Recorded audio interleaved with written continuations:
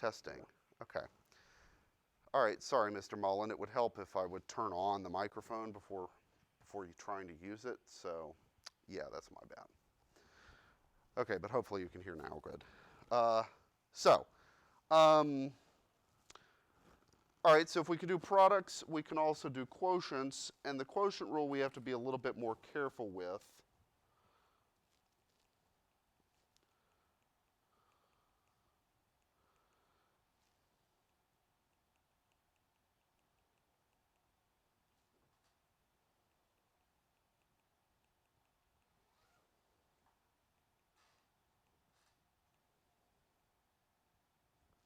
There, okay.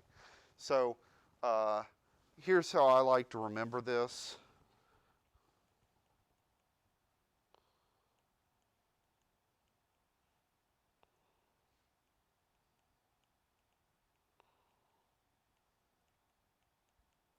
So you guys know, sort of old school Harlem Renaissance jazz, Minnie the Moocher by Cab Calloway. Somebody actually knows that one? Wow. Okay. If you hear it, you probably have all heard it, right? It's hidey hidey hidey hi, hidey hidey lodi lodi lodi lodi. Right. Okay. So that's the quotient rule song. Well, not really. But yeah. So lodi high minus hidey low over low squared, and the d here means that that's the thing you're taking the derivative of. So it's sort of like the product rule in the sense that you've got one thing times the derivative of the other, but you've got this thing in the denominator, and also it's a minus rather than a plus. Okay, so there's that one wrinkle that you got to kind of keep up with. So you got to make sure to put the numerator in the correct order, because if you do it in the wrong order, you'll have the negative of the correct answer, right? Being off by negative is not going to kill you necessarily, but it would be wrong. Okay. All right, so we can apply that actually to, well, we've talked about the derivative of sine and cosine, right? What was the derivative of sine? Cosine. What's the derivative of cosine? Negative sine. Okay, great.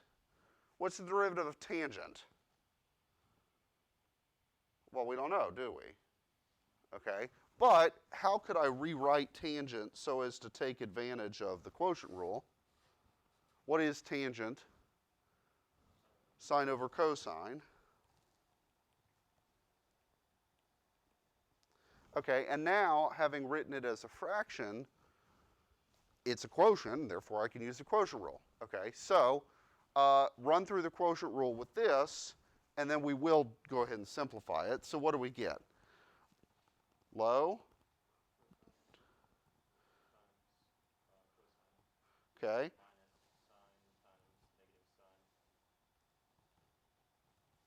All over. Okay. Now in this case, let's go ahead and simplify a little bit, because the numerator, what do we have? We have cosine squared plus sine squared.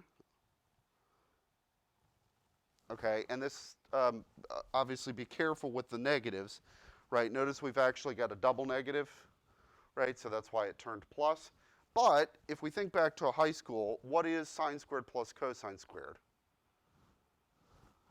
It's 1, right? Okay, and then what's another name for dividing by cosine?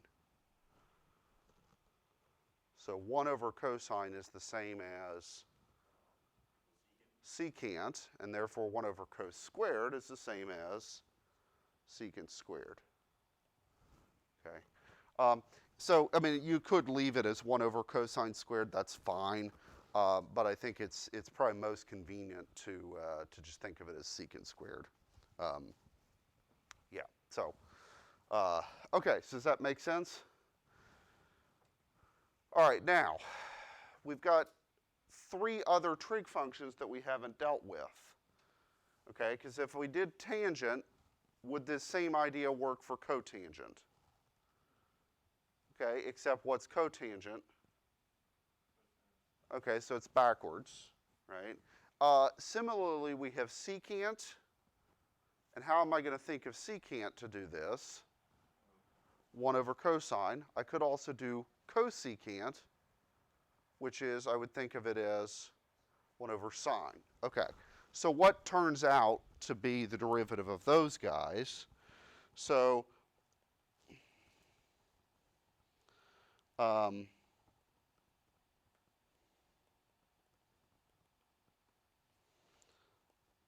right, so now we can write all 6 of them up.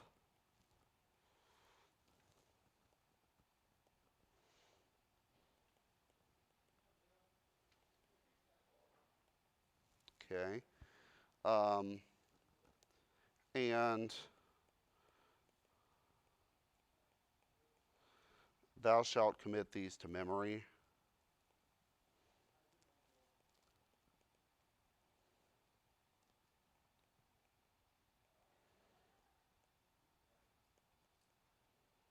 Oops.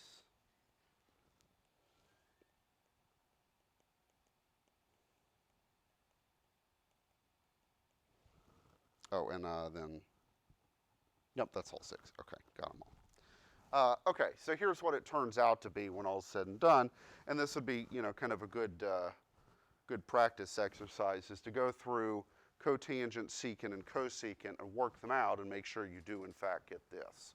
Okay, so there is sort of a nice symmetry or pattern here, right? Cotangent looks like tangent, but instead of secant, it's cosecant. Okay, that makes sense. And often the guys that have a co have minus signs, okay, attached to them at the end. That pattern certainly works here. It doesn't work all the time, but right. So it shouldn't be that hard to sort of commit this to memory. So do that, s'il vous plaît. Okay, good. Any questions or preguntas and or fragens? Huh? Kleine Fragen? Keine? No? Oh. Yeah, but I misheard you. I thought you said kleine, not keine. All right, Gucci. Okay, so let's, so that basically is, the next few things on the sheet. So let's skip ahead to number 6 on it, which, so I'll write this down for the benefit of poor Mr. Mullen. All right, so we've got given f of x is x cubed times g of x, and g of minus 7 is 2, g prime of minus 7 is 5. Find f prime of minus 7. Okay, so we're a little bit limited on information here because we don't actually know what g of x is, but we do know a value of it and a value of its derivative. Okay, so if I want to take the derivative of f, well, it's written as a product of two functions, right? So what is f prime?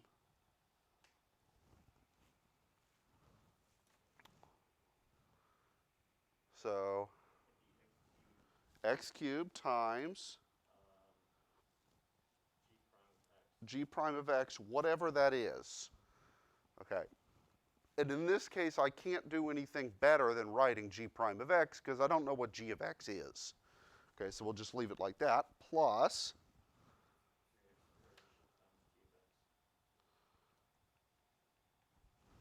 good. Okay, so first off, do we agree with that? Do we agree with Professor Runge? Huh? Yeah. Well, you could, right? I mean, you could get one of those mail order PhDs and mailorderphds.com or something, and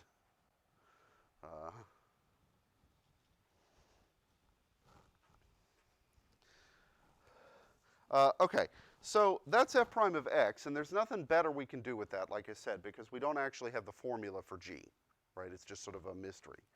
But what we're interested in is f prime of minus 7. Okay, so what does that mean to do? Yeah, everywhere we see an x, replace it with minus 7, and be careful with the parentheses.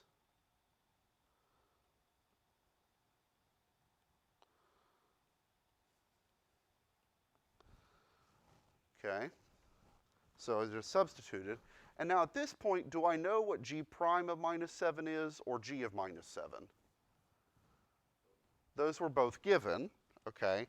And so what was g prime of minus 7? It was 5. And what was g of 7? 2. So I'd have that. And then at this point, what's the only thing left to do? Yeah, just do the arithmetic, which I don't do arithmetic in public. I'm a mathematician, not an accountant. So, yeah. Okay, good. So does that Gooch make sense? Right? All right. So let's go on to the next page where we've got this graph. Okay. And Jake, I'll share my, yeah. Huh? No. Is anybody else missing one? Looks like I printed a few too many out because we're missing a few people. I forgot to check COVID passes this morning, but I'm not going to be disappointed, am I? No? Okay. Because otherwise there's a stick around here someplace. Yeah. Okay, so let me switch the screen input here for Mr. Mullen.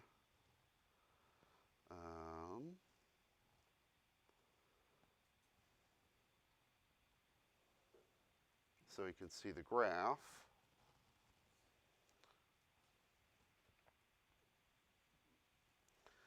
Okay, so we've got this nice graph there, and the blue curve is f, and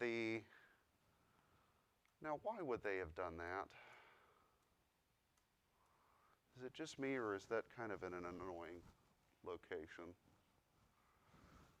Okay, well, I'll fix that later. Okay, so we've got two functions here. So the blue curve, the straight line, is f, and then the sort of triangular curve there is g, and we've got the various values. Okay, so what we want to read off here is the first 5 of them are things just about f or g individually, right? So what's f prime of 3 and so on, okay? Now, when all we have is a graph, so like let's take the first one, f prime of 3. What is f prime of 3? Negative, what was it? 2, and why'd you get that? Right, okay, so the slope of that line is minus 2, and in this particular case, it's a straight line, so the slope is always minus 2. And so f prime of 3 or f prime of 1 are actually the same thing. They're both minus 2. Okay, and what about over there for g? What are the slopes of g? So the first part of g, so the part that's going upwards, what's its slope? Looks like 1, and then the slope of the second part is, yeah, because it rises minus 6 and runs 4, so negative 6/4 or minus 3/2. Okay, so that gets us the basics for f prime of 3, 1, 5, 7, and 6, right? We got the idea there? Yeah, okay, good point. G prime of 6 is our problem point. Okay, why doesn't it exist? Or why is G prime of 6 undefined? Yeah, and why isn't it differentiable there? Okay, there's a couple ways to answer that question, but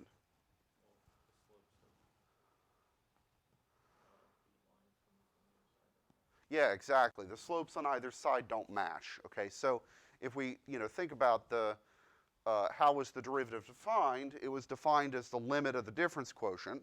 Well, if you've got a limit and you're approaching a point that's a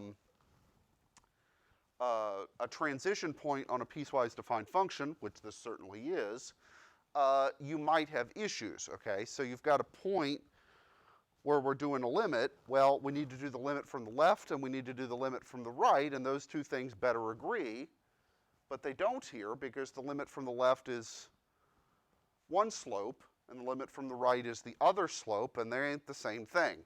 So we're hosed on G prime of 6. Okay. What about F prime? Does F prime have any problems?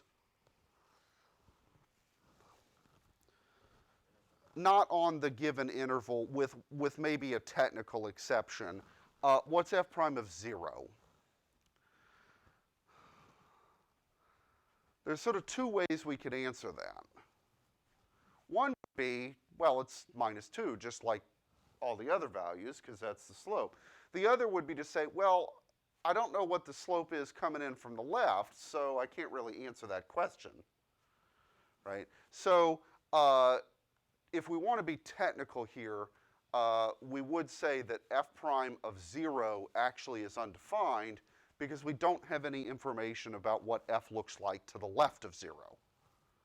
Okay, and similarly at 5 for F, 0 for G, and 10 for G, right? So in points, we don't really think about the derivative there. Okay, does that kind of make sense? Yeah. All right, but fortunately for all of the questions here, we're not going to do it at the endpoint anyway, so it doesn't matter. Okay, so let's run through all of these things, right? H prime of 4, if H is f of x plus g of x. So what am I going to do there? H prime of 4 would be,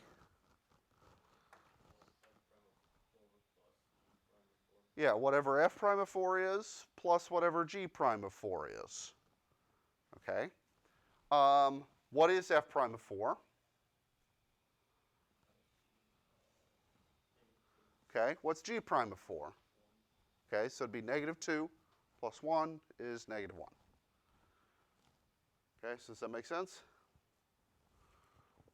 All right. So that one, of course, was the easy one. All right, g. What about if it's the difference instead of the sum? Okay, so what do we need to know here? K prime of 2 if k is f minus g. K prime of 2 will be equal to what?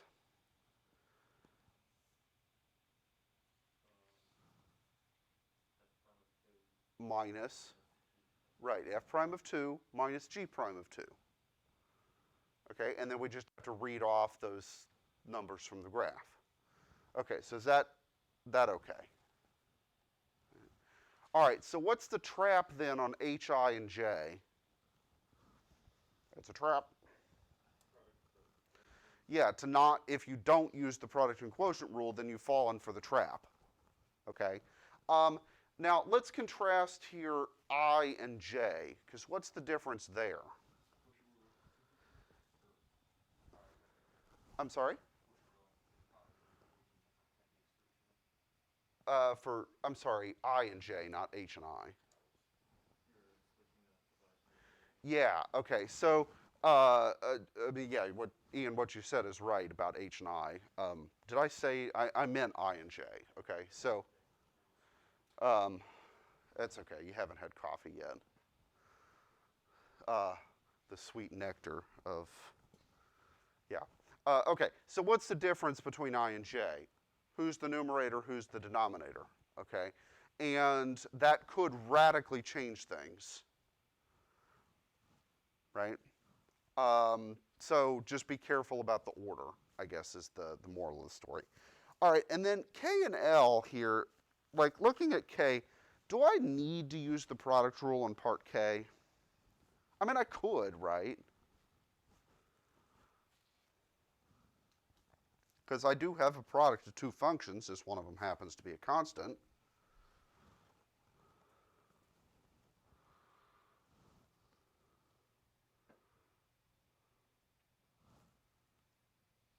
Okay, so, all right, do the product rule of P of X there.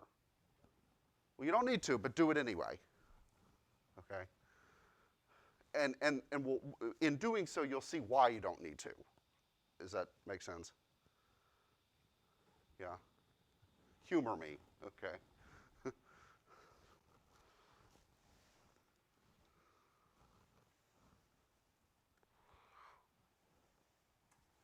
And then Mr. Burns can explain why we didn't have to actually do this.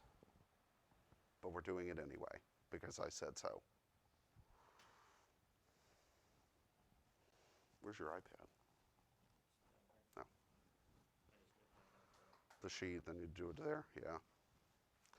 Well, you know, if your professor was smart, he would post the PDFs for these things, and then you could, like, do it. Well, when I remember to do it.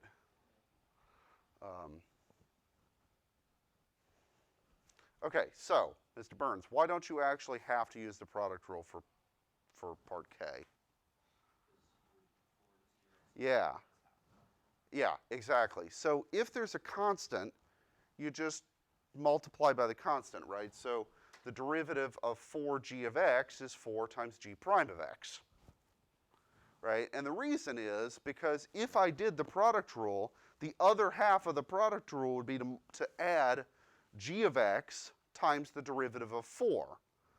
But 4 is a constant, so what's its derivative? And multiplying by 0, yeah, it gets rid of that term, so we might as well not even bother in the first place. Okay, so yes, and similarly for the last part there, that 1/5, you could think of that as a quotient rule problem, right?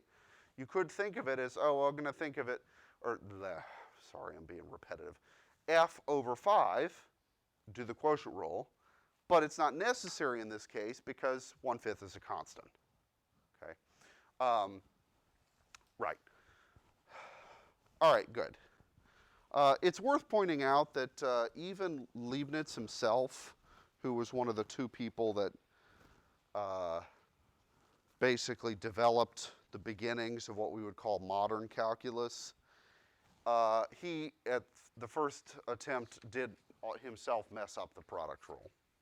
So, yeah, okay. All right, so let's move on to here. Let's do some more spicy problems. So on the sheet, let's go over to 9. Okay, so for 9, we're asked to find the equation of a tangent line, and let me switch back over to here. And our function is e to the x times x squared plus 2 tangent line at 0, 2. Okay. Now in this particular case, it was nice that we actually have the y-coordinate, 2 in this case. But if I didn't give you guys that, how would you get it? If I gave you just x equals 0, then what? How would you get the y-coordinate? Plug it into the function, right? E to the x times x squared plus 2, okay? All right, so the first thing we need to do is if we need a tangent line, we need to know the slope. Well, that means we need to know the derivative, okay? What's the derivative of e to the x? Okay, it's one of two functions that has that property. The other one is, which is a very uninteresting function, right? Yes, 0 is its own derivative, but that's not all that interesting, okay? Okay, so yes, so e to the x times the derivative of x squared plus 2, oops, plus that way, okay? All right, so we agree with my product rulage? We? Okay, très bien. All right, so we've got that. Now, we're interested in the slope at the point x equals 0. So I just need to substitute that in, and that actually will simplify things considerably because, oops, sorry, not 2, I meant 0. Because the first term, well, okay, yeah, let's be pedantic and write it out.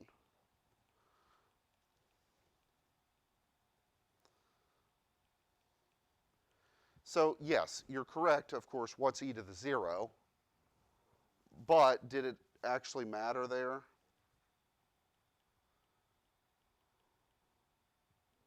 No, because it happened to be being multiplied by 0 in this case, so that's gone. And so by coincidence here, we end up getting that 2 is also the value of the slope. That obviously doesn't always happen, but it happened to here.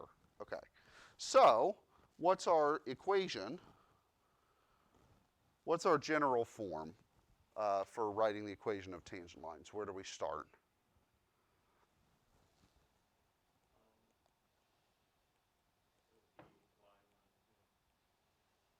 Okay, so that's our point slope form, right? And at least for the purposes of calculus, I find this form easier than mx plus b because we need a point, we need a slope. The derivative gives us a slope, okay, so that's easy. And a point, well, that's also easy, right? Mx plus b, the point is always the y-intercept, which I don't know here.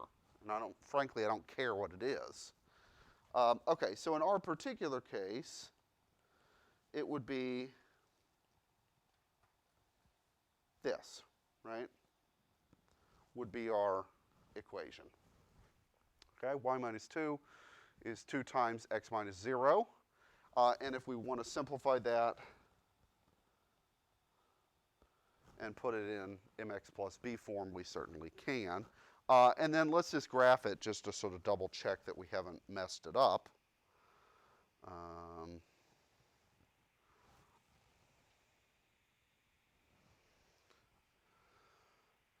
I need to redo all the buttons on my thingamajig.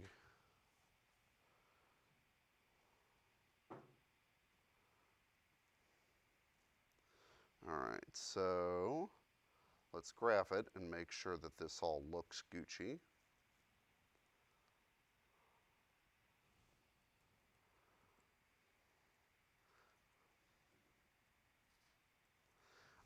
So I found that the easiest way to do, oh, and you can't see it because the stupid light, let me do that. The easiest way I found to do e to the x in Mathematica, you can't just type e to the x because the letter e and the number e are two different things, right? And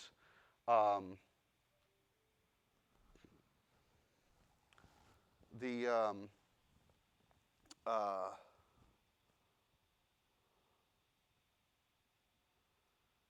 let me turn on do not disturb. The letter e and the number e are two different things. So x of x is the same as e to the x. That's a specific thing to Mathematica, okay? The other thing about Mathematica, and we'll talk about this a lot later, is brackets are for functions, parentheses are for grouping symbols, always. And curly braces are for lists of numbers or lists of things. If I had a time machine and my sports almanac, I'd go back in time and tell mathematicians, okay, use brackets for functions, use parentheses as grouping symbols, and use curly braces for lists, and that would save us a whole lot of trouble. Okay. The other thing I don't like is intervals, right? The interval 0 to 2 and the point 0 to 2. How do you know the difference between them? They look the same. Context, that's it, right? And that's annoying. So, all right, anyway, so we got this. And then our tangent line, let me just call it G, was that.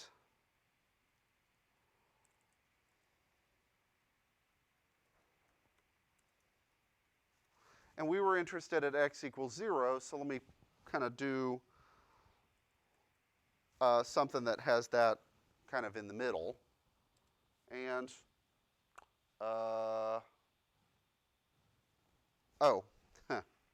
whoops. Would help if you correctly type the function. Derp. That's better. Right? Because what I had at the beginning, right, wasn't even remotely tangent. But this is. Okay, so there we go. So that's pretty good. All right, question, preguntas, fragen. 9? You have 9 questions? Okay. Yeah, I know, right? Okay, so let's do the next one. So let's look at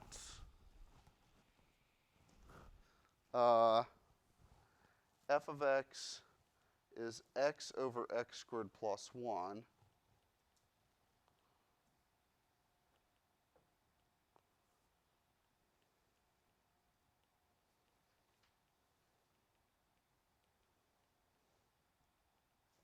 And I want to find where this graph has horizontal tangents. Okay? So what's the first thing I need to do?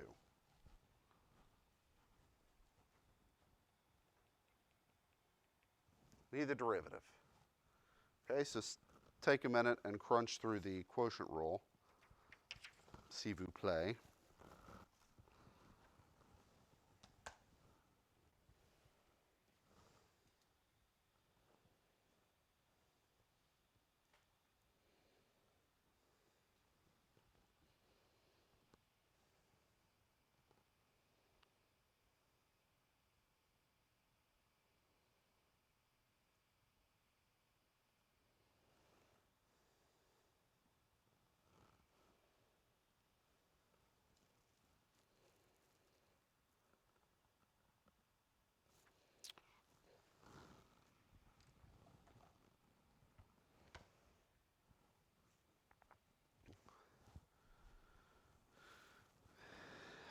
And trust me, I'm a doctor. Go ahead and simplify it a little bit.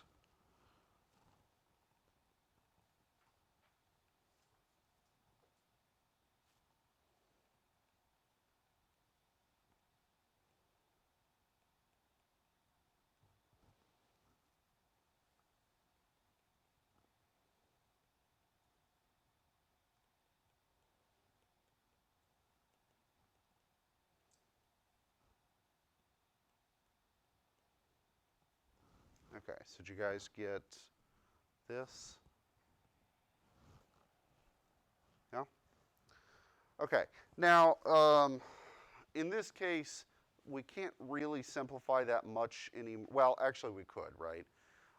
Because I could simplify this as the top is 1 minus x times 1 plus x.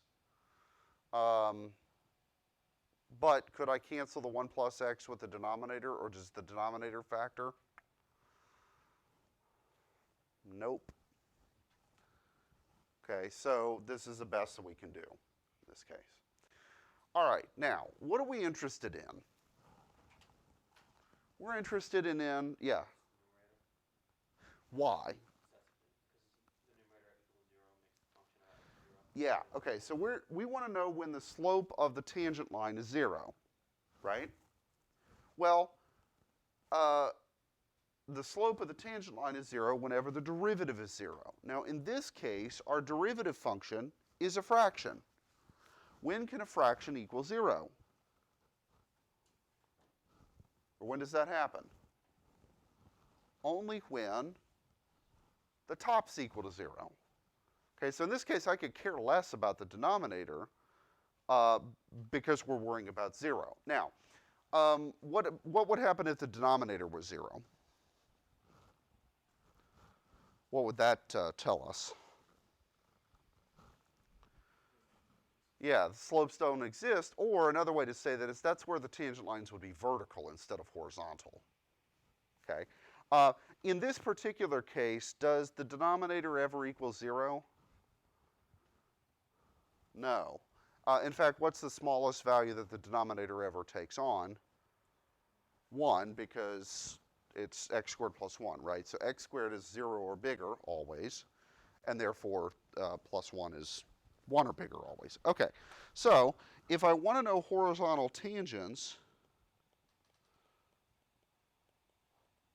then I'm asking when is f prime equal to 0? And in this particular case, because it's the form of f prime is that fraction, I want to know when is 1 minus x squared equal to 0.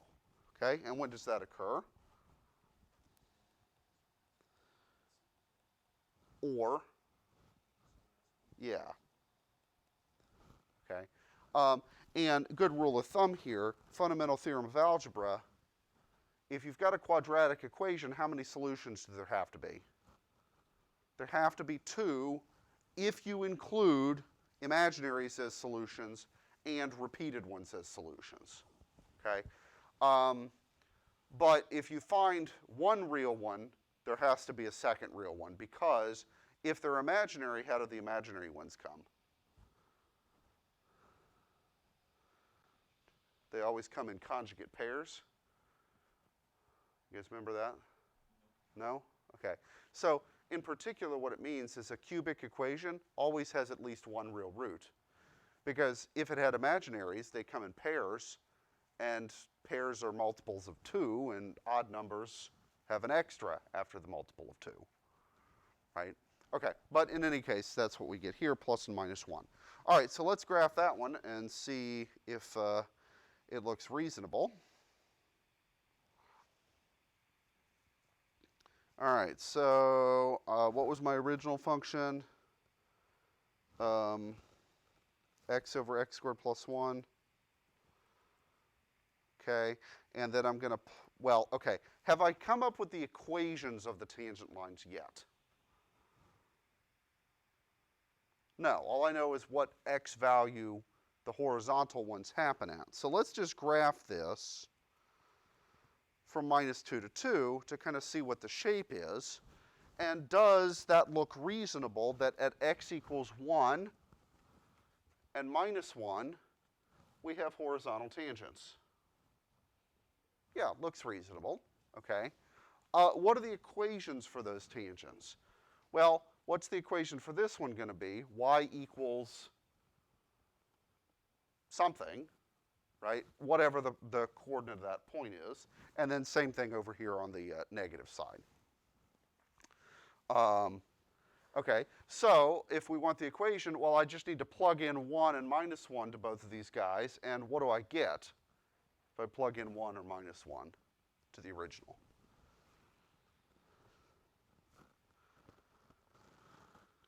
Yeah, either a half or minus a half for the negative one. Okay. So, yeah, good? All right. So that's pretty much the story there. And the ones that we've skipped here, just kind of sit down and maybe do those as good practice. Or Champ could like steal some of them for SI. Yeah, yeah, totes, right? Yeah. So I don't know. Those of you who have been into my office notice that I have a bunch of old calculus books and old textbooks from other other courses. And the reason I keep them on hand is because it's a great place to go harvest problems, right? So if I'm like, oh, I need an exercise that I know is going to work out relatively cleanly, and it's like in linear algebra, for example, it really can be a pain to come up with a good question that works out cleanly but isn't trivial, right? And so, well, just go steal it from a textbook. So, yeah. It's not plagiarism if you have the PhD. No. Anyway. All right, so, good? All right, well, I guess we can quit then. Have a good rest of your Wednesday, and enjoy your reading day tomorrow in whatever way, shape, or form you're going to. And just don't forget, though, that there is a warm-up for Friday.